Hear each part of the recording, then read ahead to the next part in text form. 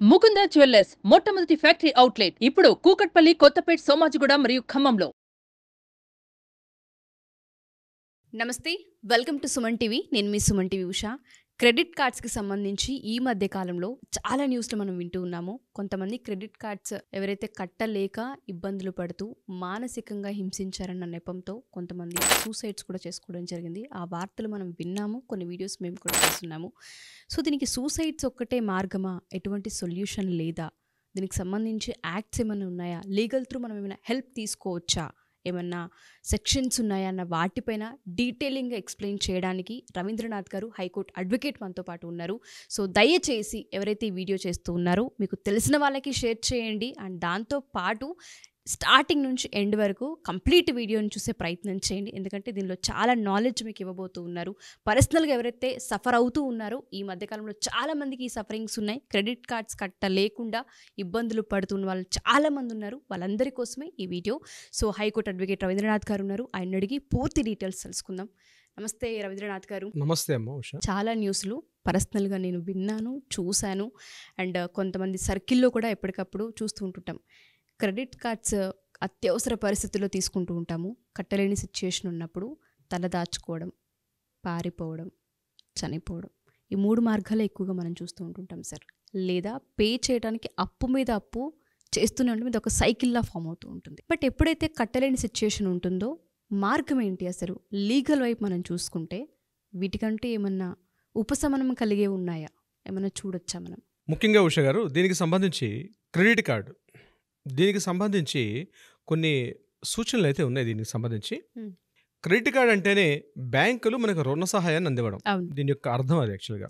అంటే ఆ వ్యక్తి యొక్క పేమెంట్ చేసే విధానం, పేమెంట్ చేసే కెపాసిటీ, దీన్ని దృష్టిలో పెట్టుకుని బ్యాంకులు ఆయనకు ఒక సిబిల్ స్కోర్ని బేస్ చేసుకొని ఆయనకు కొంత రుణ పరిమితి విధించి ఆ రుణ పరిమితి మేరకు ఆయనకు ఒక క్రెడిట్ కార్డుని ఇవ్వడం జరుగుతుంది.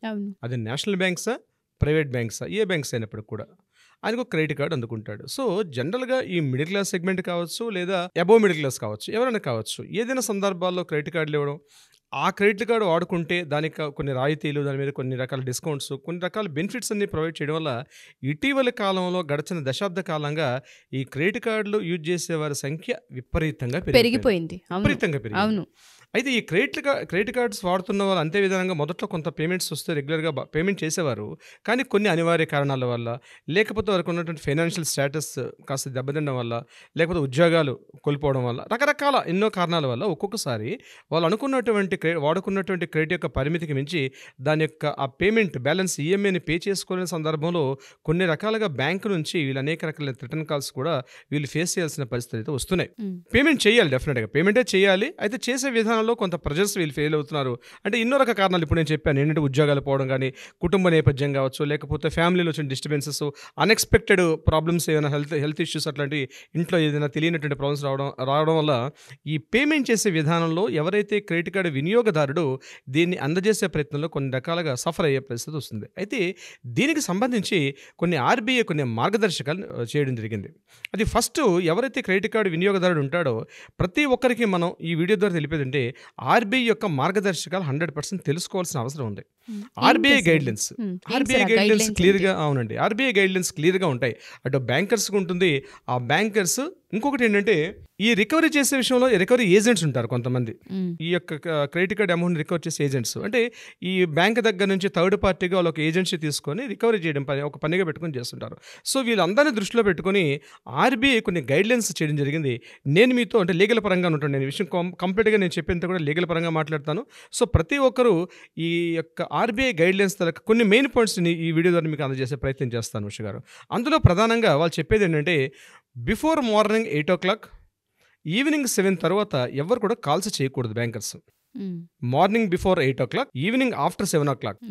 ఓన్లీ మార్నింగ్ 8 to ఈవినింగ్ 7 వరకు మాత్రమే ఈ బ్యాంక్ నుంచి రావాల్సిన కాల్స్ వస్తాయి తప్పించి కాల్స్ కానీ, మెసేజెస్ కానీ, రికవరీ ఏజెంట్ల యొక్క బెదిరింపు కాల్స్ కానీ ఎటువంటివి కూడా ఈవెన్ ఇంక్లూడింగ్ వాట్సాప్ కాల్స్తో సహా మార్నింగ్ 8 to ఈవినింగ్ 6 వరకు రావాలి. ఇది కాల్స్ చేసిన విషయంలో కానీ, మెసేజ్ చేసే విషయంలో కానీ, లేకపోతే వాట్సాప్ వసూలు చేసే పద్ధతి రికవరీ ఏజెంట్లు వాళ్ళని అలర్ట్ చేసే ఉద్దేశం క్లయింట్. సో ఇక్కడ రికవరీ ఏజెంట్లు కూడా దౌర్జన్యాలకు కానీ, లేకపోతే మెంటల్ హెరాస్మెంట్ కానీ, ఫిజికల్ హెరాస్మెంట్ కానీ, అబ్యూజ్గా తిట్టడం కానీ, ఇట్లాంటివి ఏవి చేసినా చాలా తీవ్ర పరిణామాలు ఉంటాయి. దానికి ఐపీసీ సెక్షన్సే ఉంటాయి వేరేగా. ఎగ్జాక్ట్లీ, దీనికి చాలా తీవ్రంగా ఉంటాయి వాళ్ళకి. ఇంకొకటి, కేవలం అతను ఎప్పుడైతే డిఫాల్ట్ అవుతాడో పేమెంట్కి ఓన్లీ 3 times మాత్రమే చేయమని చెప్పి ఆర్బీఐ రూల్స్ ఉన్నాయి. 3 times మాత్రం అలర్ట్ ఇవ్వాలి అతనికి. నీ యొక్క పేమెంట్ కట్టలేకపోతున్నావు, అది ఇవ్వమని చెప్పి చాలా సాఫ్ట్గా ఇవ్వమని చెప్తుంది. వినియోగదారుడు బాధపడే విధంగా కాకుండా సాఫ్ట్ మెథడ్లో మాట్లాడాలి అని కూడా క్లియర్గా మెన్షన్ చేస్తుంది. సో కొన్ని సందర్భాల్లో క్లయింట్ పేమెంట్ చేయలేని పరిస్థితి ఉంటాడు. అతను పేమెంట్ చేయలేని పరిస్థితిలో ఉంటే బ్యాంక్ యొక్క ఆఫీసరు అతనితో మాట్లాడి, అంటే బ్యాంక్ ఆఫీసర్ అతని ఇంటికి వెళ్ళడం కానీ, లేకపోతే ఈ క్లయింట్ని బ్యాంకుకి పిలిపించి అతనితోటి అతని యొక్క ఫైనాన్షియల్ స్టేటస్ ఎలా ఉంటుంది, దాన్ని తగ్గట్టుగా ఏదైతే బ్యాలెన్స్ అమౌంట్, అది చిన్న అమౌంట్ కావచ్చు, పెద్ద అమౌంట్ కావచ్చు, దాన్ని ఏ రకంగా చేస్తే బాగుంటుంది, బ్యాంక్ యొక్క నిబంధనలు లోబడి ఆయనకు ఒక గైడ్లైన్స్ ఇవ్వాలి. ఆయనకు ఒక వాయిదా పద్ధతుల ద్వారా ఎలా చెప్పాల్సిన అవసరం ఆయనకు ఉంది. అంటే దీస్ ఆర్ ద ప్రొసీడింగ్స్ అని కాకుండా ఎలా రికవరీ చేస్తే బాగుంటుంది, ఆయన యొక్క ఫైనాన్షియల్ స్టేటస్ ఏంటి, క్లియర్గా స్టడీ చేయాల్సిన అవసరం ఎవరైతే ఇష్యూ చేశారో బ్యాంకర్ కూడా ఉంది. కాబట్టి బ్యాంక్ ఆఫీసర్ ఇమీడియట్గా యాక్షన్ తీసుకొని అతన్ని పిలిపించి మాట్లాడాలి. This is the main step ఇది. ఇవన్నీ కాకుండా వాళ్ళు రికవరీ ఏజెంట్ల ద్వారా వాళ్ళని భయపెట్టడం కానీ, మానసికంగా కానీ, లేకపోతే శారీరకంగా కానీ అబ్యూజ్ లాంగ్వేజ్ చేస్తే మాత్రం దానికి తీవ్ర పరిణామాలు అయితే ఉంటుంది. తీవ్రంగా వాళ్ళు దీన్ని చేసే విధంగా వాళ్ళకు ఉంటుంది. సో ఆర్బీఐ గైడ్లైన్స్ ఉంది, these are the very very must and షుడ్గా ఎవ్రీ బ్యాంకర్ ఫాలో అవ్వాలి. ఇది కాకుండా రికవరీ ఏజెంట్ కానీ హెరాస్మెంట్ చేస్తూ మాట్లాడితే దానికి కావాల్సిన సెక్షన్ వేరేగా ఉంటుంది. దాని ప్రొసీడింగ్స్ ఎలా అనేది నేను ఇప్పుడు మీతో చెప్పే ప్రయత్నం చేస్తాను. అయితే ఉష గారు, దీనికి సంబంధించి రికవరీ ఏజెంట్లు కాస్త మానసికంగా లేదా అబ్యూజ్ లాంగ్వేజ్తో తిట్టినా, ఇట్లాంటివన్నీ కూడా క్లయింట్ ఫస్ట్ చేయాల్సింది ఏంటంటే ఆ మెసేజెస్ని సేవ్ చేసి పెట్టుకోవాలి, ఆ కాల్స్ని రికార్డ్ చేసి పెట్టుకోవాలి, వాళ్ళు పంపించినటువంటి రిటర్న్ కాల్స్ ఏమంటే అవన్నీ కూడా స్టోర్ చేసి పెట్టుకోవాలి. ఇవన్నీ కూడా పెట్టుకుంటే యాక్చువల్గా రూల్ ప్రకారం ఏంటంటే ఇమ్మీడియట్గా అతను ఈ ప్రొసీజర్ ఎలా ఉండాలి, ఇట్లాంటి రిటర్న్ కాల్స్ వచ్చేటప్పుడు బ్యాంకు యొక్క ఆర్బీఐ మార్గనిర్దేశకాల ప్రకారం బ్యాంకరు ఉల్లంఘిస్తే ప్రతి క్లయింట్కి కూడా ఒక రైట్ ఉంటుంది. యాజ్ పర్ లీగల్ రైట్ ఏంటంటే ఇమ్మీడియట్గా అతను బ్యాంక్ గ్రీవెన్స్ రెడ్రసల్ మెకానిజం అని ప్రతి బ్యాంక్కి ఒకటి ఉంటుంది. బ్యాంక్ గ్రీవెన్స్ రెడ్రసల్ మెకానిజం అని ప్రతి బ్యాంక్కి ఒకటి ఉంటుంది. అక్కడ అదొక సెక్టర్, కొంతమంది బాడీ ఉన్నటువంటి ఒక it's authority. So for example HDFC bank, ICICI bank, ఇట్లాంటి ఏ బ్యాంక్స్ అయినా ప్రతి బ్యాంక్కి ఈ బ్యాంక్ గ్రీవెన్స్ రెడ్రసల్ మెకానిజం అని ఉంటుంది. ఫస్ట్ ఏం చేయాలంటే ఈ క్లయింట్ ఒక ఫిర్యాదు చేయాలి అందులోకి వెళ్ళి. That is the first complaint. అది ఆన్లైన్లో చేసుకోవచ్చు, లేదా బ్యాంక్కి డైరెక్ట్గా వెళ్ళి కూడా చేయొచ్చు. ఏవైతే తనకు వస్తున్న కాల్స్, రికవరీ ఏజెంట్లు ఎంతవరకు తనకు ప్రొజెక్ట్ చేస్తున్నారు, ఏ రకంగా చేస్తున్నారు, ఇవన్నీ కూడా అథెంటికేషన్ చూపిస్తూ ఫైలింగ్ చేస్తూ ఫస్ట్ అక్కడ ఆ గ్రీవెన్స్లో ఇతను ఒక ఫైల్ చేయాల్సి వస్తుంది. 30 days వెయిట్ చేయాలి. 30 daysలోగా కూడా అక్కడ నుంచి రెస్పాన్స్ రాకపోతే ఇమ్మీడియట్గా బ్యాంక్ అంబుడ్స్మెన్ అని ఉంటుంది. బ్యాంక్ అంబుడ్స్మెన్ ప్రతి వస్తుంది. ఇప్పుడు మన హైదరాబాద్ అయితే బషీర్బాగ్లో ఉంది, అక్కడ అతను కంప్లైంట్ చేయాల్సి వస్తుంది బ్యాంక్ అంబుడ్స్మెన్. బ్యాంక్ అంబుడ్స్ కూడా ఇన్ఫార్మ్ చేసిన తర్వాత బ్యాంక్ ఫస్ట్ నేను చెప్పాను, బ్యాంక్ గ్రీవెన్స్ రెడ్రసల్ మెకానిజం చేసిన కంప్లైంట్ కాపీ, అంబుడ్స్మెన్కి అప్రూవల్ కంప్లైంట్ కాపీ, ఈ 2 కాపీలు పట్టుకొని కన్జ్యూమర్ కోర్టులో దీన్ని ఫైల్ చేయాల్సి వస్తుంది. సో అక్కడ ఒక న్యాయవాది సలహా తీసుకుంటే కన్జ్యూమర్ కోర్టులో దీన్ని సంబంధించినటువంటి ఫైలింగ్ చేయాల్సి వస్తుంది.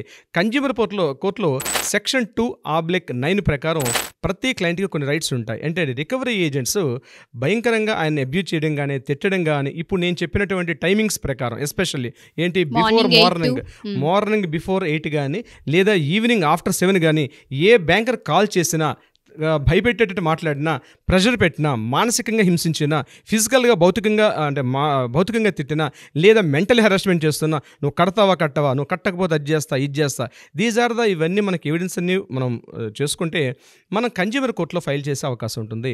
కన్జ్యూమర్ కోర్టులో ఇమీడియట్గా దీనికి సంబంధించినటువంటి యాక్ట్స్ అన్ని స్టార్ట్ అవుతుంది. దీనికి సెక్షన్ 2/9 ప్రకారం ఇమీడియట్గా కన్జ్యూమర్ కోర్టులో ఇతను ఫైల్ చేసుకుంటే ఇతనికి ఇమీడియట్గా రికవరీ వచ్చే అవకాశం కూడా ఉంటుంది దీనికి సంబంధించి. అయితే ఇది ఎలా చేయాలి, ఒకవేళ కన్జ్యూమర్ కోర్టులో చేసినప్పుడు ఏమైనా ఇప్పటిదాకా మన కేసులు ఏమున్నాయంటే నేను కూడా చేస్తాను. దీనికి ఏంటంటే ఫస్ట్ 2 రకాలుగా చేయొచ్చు.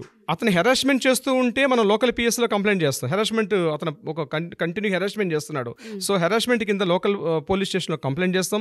అది కాకుండా దీనికి ఏం చేస్తాం, సెక్షన్ 503 అంటే బెదిరింపు అనమాట. నీ అంతు చూస్తా, నీకు అది చేస్తా, ఇట్లా చేస్తే బెదిరింపు కాల్ చేయడం, అవి సెక్షన్ 503 కిందకు వస్తుంది. సెక్షన్ 506 అదేం చెప్తుంది, శిక్షలు చెప్తాయి. 503లో చేసినటువంటి ఏమైనా ఉంటే దానికి శిక్షలు ఏమో 506లో ఉంటాయి. సో 503 ప్రకారం మనం దాన్ని ఫైలింగ్ చేస్తాం. అయితే ఇక్కడ ఒక విషయం గుర్తుపెట్టుకోవాలి, ఇవన్నిటి కూడా ఎవిడెన్సెస్ మస్ట్ అండ్ షుడ్గా క్యారీ చేయాలి. ఈ ఎవిడెన్సెస్ ఉంటేనే మనం ముందుకెళ్ళే అవకాశం ఉంటుంది, లేకపోతే మనం క్లయింట్కి ఏమీ చేసే అవకాశం ఉండదు. ఇందులో మరొక ఇంపార్టెంట్ పాయింట్ ఏంటంటే ఈ రోజే కట్టాలి అమౌంట్, నాకు ఈ వీక్లోనే కట్టాలి, ఈ వీక్లో కట్టకపోతే కుదరదు, పేమెంట్ కంపల్సరీ చేయాలి అని ఇట్లాంటి ప్రెజర్స్ పెట్టినా కూడా అది మానసిక క్షోభకు దారితీస్తుంది. ఇంట్లో జాబ్ పోయి ఉంటుంది, అబ్బాయికి ఇంట్లో జాబ్ ఉండదు, జాబ్ పోయి ఉంటుంది, అతను న్యూ జాబ్ సెర్చింగ్లో ఉంటాడు, పేమెంట్ కట్టుకోలేడు, ఇంట్లో చిన్నపిల్లలు ఉంటారు. ఎంత మానసిక క్షోభ అనిపిస్తుందంటే ఈ మానసిక క్షోభ తీవ్రతకు సంబంధించి కూడా మీరు మీ దగ్గర ఉన్న అడ్వకేట్ చెప్తే ఆయన టోటల్గా ఫైలింగ్ చేస్తారు, కంప్లీట్ ఫైలింగ్ ఇవన్నీ కూడా చేసి మనం కన్జ్యూమర్ కోర్టులో ఫైల్ చేస్తే డెఫినెట్గా దీనికి సంబంధించి రిలీఫ్ పొందే అవకాశం అయితే ఉంటుంది. దీనికి సంబంధించి కొన్ని సైటేషన్స్ మీకు నేను చెప్తాను. Mahesh versus SBI credit card అని నేను ఇది in the year of 2020 June 10th జరిగింది. దీని మీద మేము కంప్లైంట్ చేసినప్పుడు ఎస్బీఐ మనకి కన్జ్యూమర్ కోర్టు వచ్చిన రిలీఫ్ ఏంటంటే ముఖ్యంగా ఈ మహేష్ అన్నటువంటి వ్యక్తికి ఎస్బీఐ నుంచి చాలా రిటర్న్ కాల్స్ రావడం, కంటిన్యూ రికవరీ ఏజెంట్స్ ఎక్కువగా ఫోన్ చేస్తూ ఉంటే ఇప్పుడు నేను చెప్పిన లీగల్ ప్రొసీడింగ్స్ ప్రకారం అతను ఫైల్ అప్లై చేశాడు.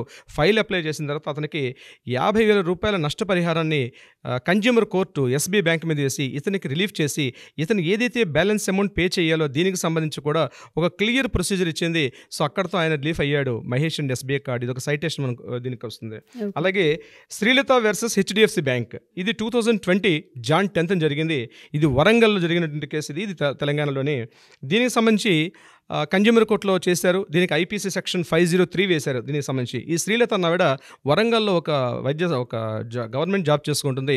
ఈ రికవరీ ఏజెంట్స్ ఆమె ఆఫీస్ ప్లేస్కి వెళ్ళి ఆమెను అబ్యూజ్ లాంగ్వేజ్ చేస్తూ ఆమెకు ఫ్రెండ్స్ దగ్గర చాలా అవమానకరంగా మాట్లాడారు. ఈమె డబ్బులు తీసుకుంది బ్యాంకు నుంచి, పేమెంట్ కట్టలేని చెప్పి చాలా హెరాస్మెంట్గా మాట్లాడితే ఇమీడియట్గా ఆవిడ ఇప్పుడు నేను చెప్పే ప్రొసీడింగ్స్ ప్రకారం ఆమె అప్లై చేసుకుంటూ వెళ్ళింది, కన్జ్యూమర్ కోర్టులో ఫైల్ చేసింది. చేస్తే బ్యాంకులు ఇవన్నీ కూడా ఈ ఎవిడెన్స్ అన్ని దృష్టిలో పెట్టుకుని హెచ్డిఎఫ్సి బ్యాంక్కి 1 lakh రూపీ నష్టపరిహారాన్ని విధిస్తూ at the same time Srilatha ఏదైతే పేమెంట్ చేసిన పేమెంట్ ఉందో దానికి కూడా కొంత రిలీఫ్ ఇస్తూ ఆమెను క్లియర్గా ఆ బ్యాలెన్స్ అమౌంట్ను కూడా బ్యాంకుకి కూర్చొని ఏదైతే ఆర్బీఐ రూల్స్ ఉన్నాయో రూల్స్ ప్రకారం చేయాల్సిన పరిస్థితి వచ్చింది. అదేవిధంగా రమేష్ వర్సెస్ ఐసిఐసిఐ బ్యాంక్, ఇది 2020లో జరిగింది, నిజామాబాద్ జరిగిన కేసు ఇది. ఇది కూడా ఇతను కూడా ఒక ఎంప్లాయీ, ఇతను రమేష్ వర్కింగ్ ప్లేస్లో ఉంటే అతనికి కూడా ఆ వర్కింగ్ ప్లేస్లోకి వెళ్ళి పేమెంట్ చేస్తావా చేయవని చెప్పి ఈవినింగ్ ఆఫీస్ అవర్స్ 5:30, 6 o'clock అయిపోయిన తర్వాత కూడా చాలామంది రికవరీ ఏజెంట్లు వెళ్ళి ఆయన మీద దాదాగిరి అంటే సెక్షన్ 503 ఆ రకంగా ఆయన మీదకి వెళ్ళి హెవీ హెరాస్మెంట్ చేసి చాలా టార్చర్ చేశారు. చేసినప్పుడు కూడా ఆయన ఇంకా గత్యంతరం లేని పరిస్థితుల్లో చిట్ట హెరాస్మెంట్ తట్టుకోలేక ఇమీడియట్గా ఆయన మళ్ళీ కోర్టును ఆశ్రయించడం జరిగింది. కోర్టులో ఇమీడియట్గా ఆయనకి రిలీఫ్ పొందాడు. ఆయనకి ఇక్కడ 75,000 రూపాయలు ఆయనకి నష్టపరిహారం హెచ్డిఎఫ్సి బ్యాంక్ మీద నష్టపరిహారాన్ని వేస్తూ కూడా కోర్టులు తీర్పులు ఇవ్వడం జరిగింది. సో నేను ఇక్కడ ఏం చెప్తానంటే ఈ క్రెడిట్ కార్డ్స్ తీసుకున్నటువంటి వ్యక్తులు ఏదో అవసరానికే తీసుకుంటారు, తర్వాత జాబ్ పోవడం కావచ్చు, లేదా మరొక ఇంట్లో ఫ్యామిలీ ప్రాబ్లమ్స్ కావచ్చు, వేరే రకరకాల కారణాల వల్ల పేమెంట్ కట్టలేని పరిస్థితి ఉంటుంది. సో ఇప్పుడు నేను చెప్పినట్టుగా ఆర్బీఐ గైడ్లైన్స్ ప్రకారం ఖచ్చితంగా ప్రతి బ్యాంక్ కూడా ఫాలో అవ్వాలి. ఫాలో కాని పక్షంలో డెఫినెట్గా కానీ లీగల్ రెమెడీ కోసం రాగలిగితే మాత్రం డెఫినెట్గా లీగల్ రెమెడీ ఎందుకంటే ఆర్టికల్ 21 ప్రకారం ఈ దేశంలో ప్రతి ఒక్క సిటిజన్ కూడా హ్యాపీగా స్వేచ్ఛగా స్వాతంత్రంగా బతకాల్సిన హక్కు ఉంది. First it's a fundamental right. అప్పులు ఉన్నాయి, రికవరీ చేసుకునే విధానం వేరు, ప్రొసీడింగ్స్ వేరు. అతనికి మానసికంగా శారీరకంగా లేకపోతే అబ్యూజ్ లాంగ్వేజ్తో తిడుతూ మెసేజ్లు చేస్తూ ఆయనకి ఇంకా బతకలేని పరిస్థితిని తీసుకొస్తే మీరు ఇందాక స్టార్టింగ్లో చెప్పినట్లు సూసైడ్ చేసుకున్న స్థాయి అవసరం లేదండి. మనకి చట్టాలు ఉన్నాయి, బట్ వాటిని తెలుసుకునే పరిస్థితులు తెలుసుకుంటే డెఫినెట్గా రిలీఫ్ వస్తుంది. అయ్యో కోర్టు అంటే భయం, పోలీస్ స్టేషన్ అంటే భయం అన్నది ఏం అవసరం లేదండి. మనకి చట్టాలు ఉన్నాయి, వాటిని సత్వరంగా వినియోగించుకోవాలి. సరైన సమయంలో మనం తద్వారా న్యాయం పొందే అవకాశం ఉంటుంది. ఉష గారు, thank you sir, valuable information ఇది. బట్ ఎవరైతే ఈ వీడియో చూస్తూ ఉంటుంటారో నేను స్టార్టింగ్లో చెప్పినట్టుగానే చాలామంది కట్టలేక ఇబ్బందులు పడుతూ మొహం చాటేస్తూ సూసైడ్స్ చేసుకోవాలన్న ప్రయత్నాలు చేస్తూ అండ్ దాంతోపాటు ఎవరైతే అవమానం పాలవుతూ ఉంటుంటారో వాళ్ళు ఒకవేళ మనం లీగల్ పరంగా వెళ్ళాలి అనుకుంటున్నాం, మా దగ్గర ప్రూఫ్స్ అన్నీ ఉన్నాయి, ఇప్పుడు మీరైతే ఏదైతే చెప్తూ ఉన్నారో అవన్నీ మా దగ్గర ఎవిడెన్సెస్ ఉన్నాయన్నప్పుడు మనల్ని అప్రోచ్ అవ్వచ్చా, ఆ కేసెస్ని మనం హ్యాండిల్ చేసే అవకాశం ఉంటుంది? డెఫినెట్గా అండి ఉష గారు. దీనికి సంబంధించి ఇట్లా ఎవరైనా సఫర్ అవుతుంటే క్రెడిట్ కార్డ్ సంబంధించి మనం ఖచ్చితంగా కింద కాంటాక్ట్ చేస్తున్న ఏదైతే మనం డిస్ప్లే అవుతున్న నెంబర్ మీద కాంటాక్ట్ చేయగలిగితే మన లీగల్ టీం వాళ్ళని అప్రోచ్ అవుతారు. డెఫినెట్గా వాళ్ళకి మనం న్యాయ సహాయం అందించే ప్రయత్నం అయితే మనం చేస్తామండి. Sure sir, thank you sir, thank you so much. Thank you so much Usha గారు.